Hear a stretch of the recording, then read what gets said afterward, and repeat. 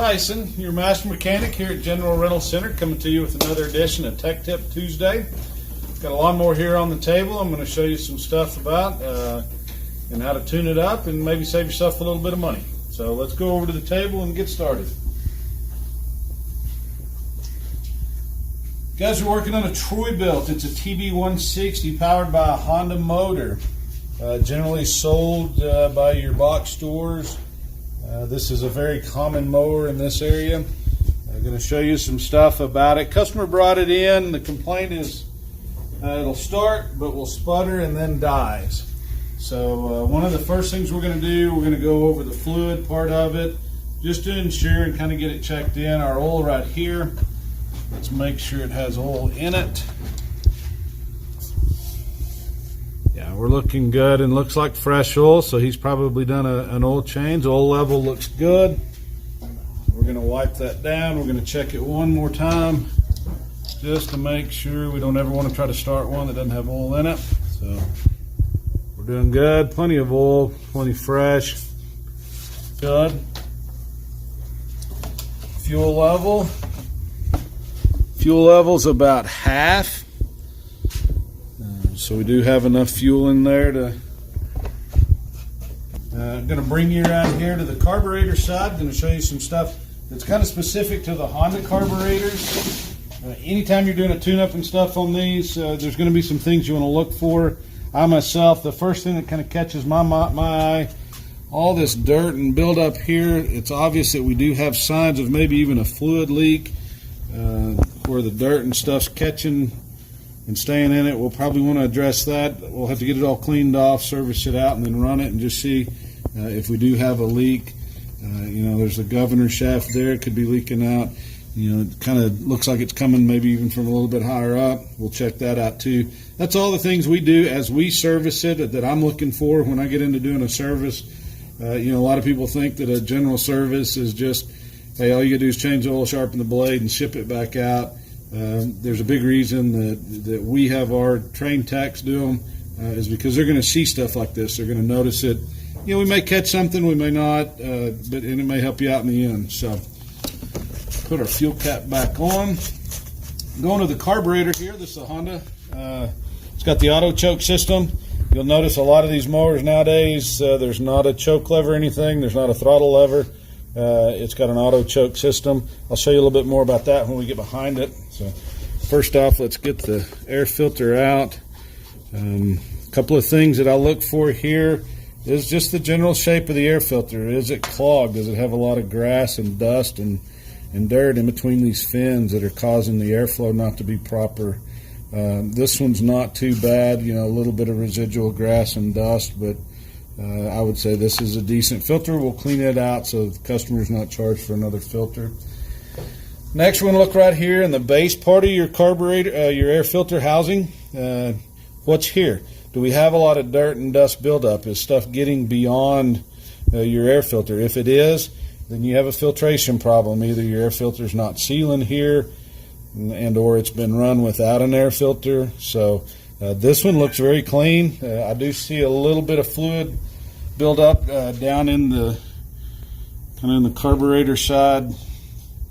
It could be just maybe they had it turned over or something, but should never have fluid this far up on your intake and carburetor. And I'll show you a little bit more of it after we get this base off. So guys, you're dealing with a Honda again.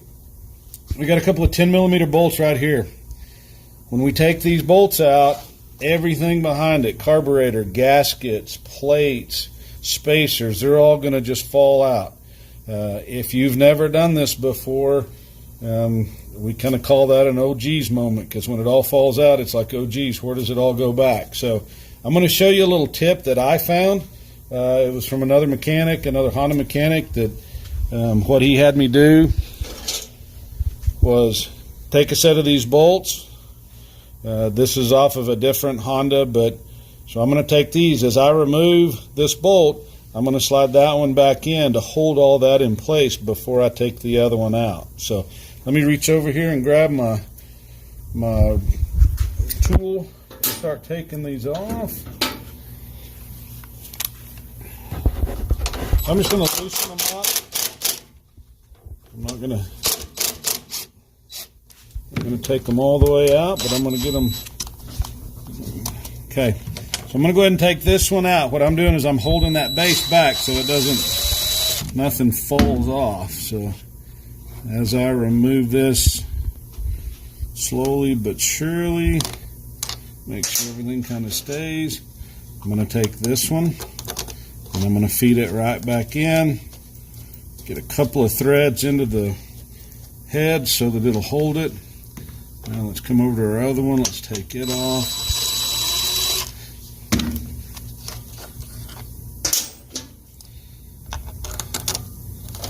And then let's put this in.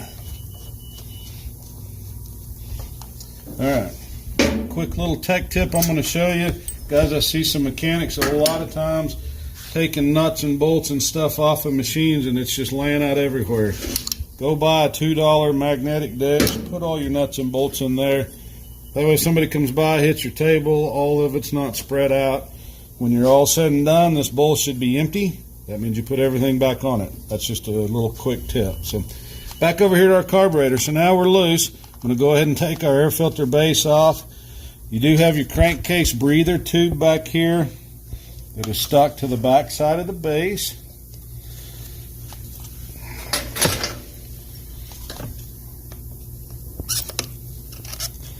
Sometimes it wants to be a little cantankerous about coming off, so once you get it to kind of come loose, we're going to pull our breather off. What I'm looking for here on the back side is our atmospheric vent there. Is it clean? Do we have a lot of dirt and dust in there? Guys, this is a perfect shot right here of the amount of fluid. You can see it here in the throat of your carburetor. You can see it here on your air filter base. Let me throw that light. So and figure out, you should never have that much fluid this far up. So like I said, probably got turned over on its side or something at one time, but we'll check that out. Look on the back of your air filter. You know, looks like it's had a little bit of liquid soaked into it, so that may be something we want to look at as we get a little bit deeper into it. Okay, carburetor's loose. That's what held it on. So our fuel line here, I'm going to go ahead and turn the fuel off. Don't want fuel dumping out all over my table. We're going to get our fuel line loose, as I'm saying here.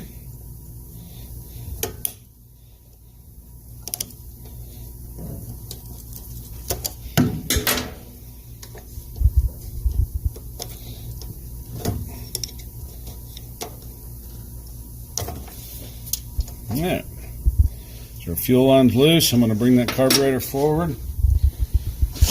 I've got my base over here that I laid face down. I'm going to pull my gaskets off. As it came off, I'm going to lay it face down. I'm going to go ahead and start pulling my carburetor loose. I'm going to get my anti-droop spring taken off here. I'm going to go ahead and put my finger over here because I want to collect as much fuel out of this carburetor as I can. And I'm going to get my carburetor off. Okay, right over here to our carburetor area. We've got another number 10 bolt there. Pull the bottom of this carburetor off. Like I said, I'm catching as much of this fuel as I can. And I've got me a little spot here that I do my carburetor work on, the pad. So when I pull this bowl apart, one of the things I'm going to look for down inside here, do we have a lot of dirt, dust buildup? Is there any dried fuel? This one looks fairly clean. So we're going to go ahead and take our float pin out. And we're going to remove our float, and we're going to remove our float needle. So we're going to inspect our float needle right here, the rubber tip. And if you see it damaged or anything, you've got issues, you're going to have fuel coming out of your carburetor when it shouldn't. So we're going to look up in here specifically for our emulsion tube. and just see if it's clean. How does it look? Is it clogged? Does it have a bunch of trash and stuff in it? And we'll clean it out. And go to the front side. We've also got a couple of spots here. We look for any dirt or dust buildup to make sure we're not clogging any of our airflow and stuff. These have to do with your idle circuits, and you want to make sure they're clean. I'm going to get a screwdriver here. We're going to take that off. This is part of our idle circuit. We can get that out, then we can get to everything on the carburetor that we need to see as far as operational wise and keeping it clean.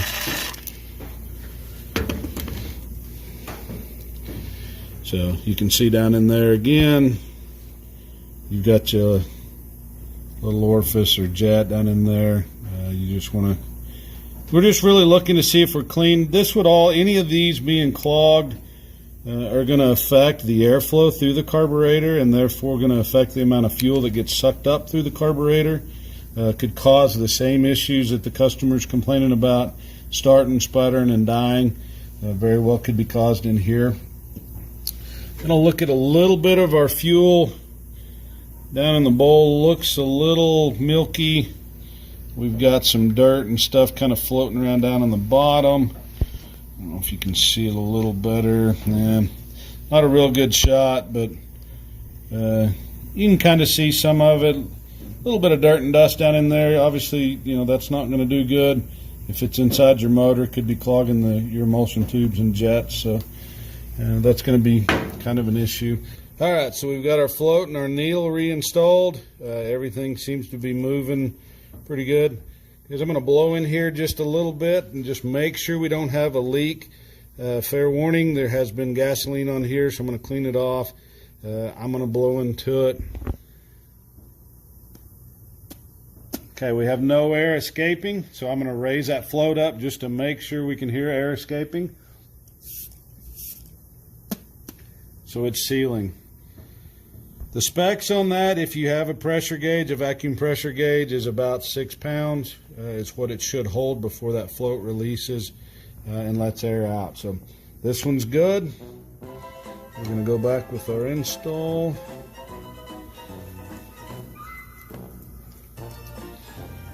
Get our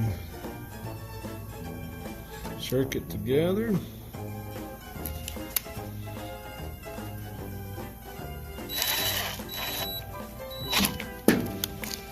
Okay.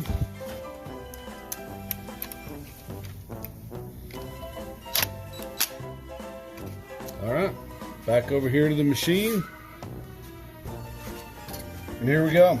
So, getting our air baffle. This is the reason you guys want to look, just to kind of give you a little insight on Hondas.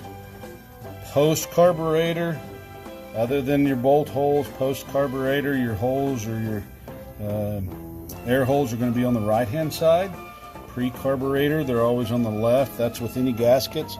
So if you ever pull a gasket off a Honda, you got to put it back together. Oh man, I don't remember how. That's just a little tip from a Honda guy. Remember your pre and post carburetor positioning. So we'll go back with our carburetor. Going to get our throttle linkage hooked up here.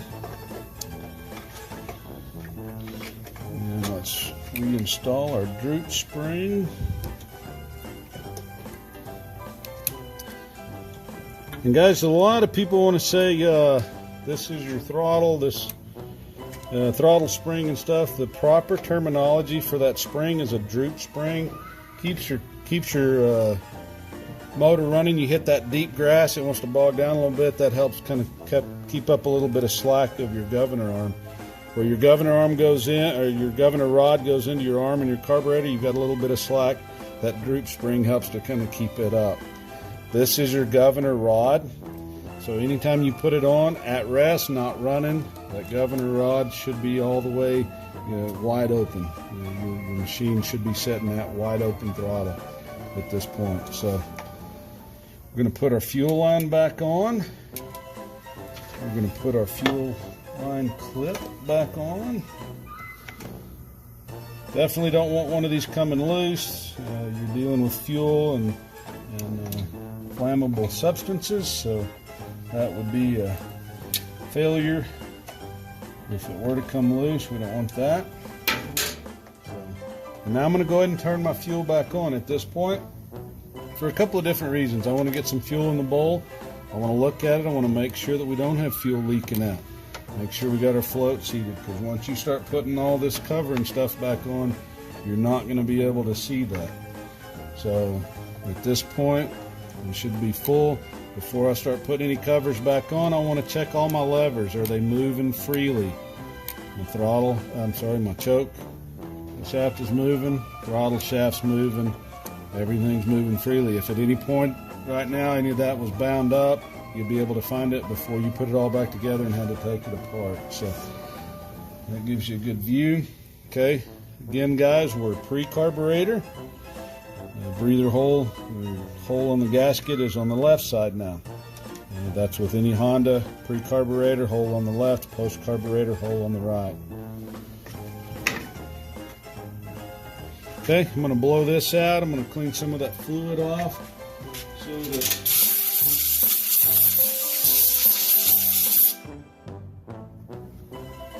now we're clean. We're going to get a good seal. You can see the surface here is a little bit raised. You can see the indentation on the gasket. You want to make sure all that lines back up. That's going to seal any of your dirt and stuff coming loose. We'll slide this back on. Don't forget your crankcase breather hose. This helps to recirculate some of the gases and stuff that build up inside the motor. It just brings them up here to your air breather, sucks them back through, helps kind of reconstitute, keep you from using as much fuel. So, all right, same thing with the install as when we took it off. I'm going to push back on this base, hold everything in place. I'm going to take my little helper rod out, and I'm going to put the actual rod back in, bolt back in.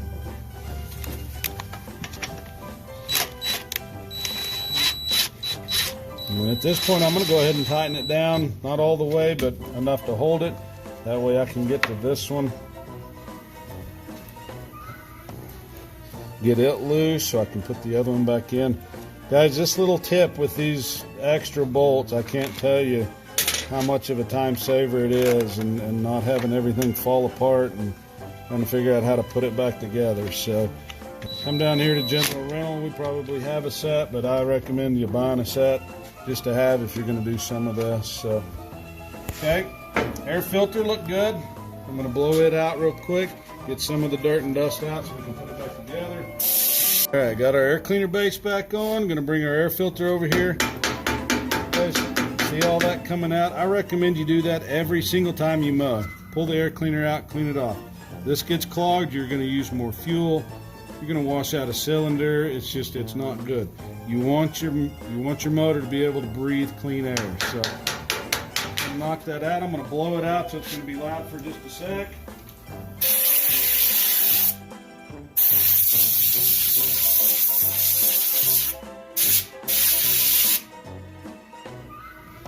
Little tip about blowing out an air filter: always blow from the back to the front. You don't ever want to blow front to back. You're not trying to blow it through the filter. You're just going to want to blow it out, and you don't want to get real close. All you're trying to do is just loosen any dirt and dust that's in there. You're not trying to wash it like laundry. So before we put our air filter cover back on, let's get rid of the dust and dirt out of that. Again, we're going to blow it out so it's going to be loud. Nice and clean. One thing I can kind of tell you about Hondas, when you go to put your air filter back on, make sure the actual filter fits down inside. They've got this seal right here, and more than once I've had them come in and somebody's put it on and part of the filter is on the outside of that. You're not getting a good seal. Dirt and dust is getting past your air filter. You're going to end up with a premature engine failure. So when you put that back on, make sure your air filter's in there. Nice quick snap in. Make sure you're not coming off. You're in good shape. So got our carburetor cleaned out, air filter box clean. So we're going to give this thing a pull and get her fired up.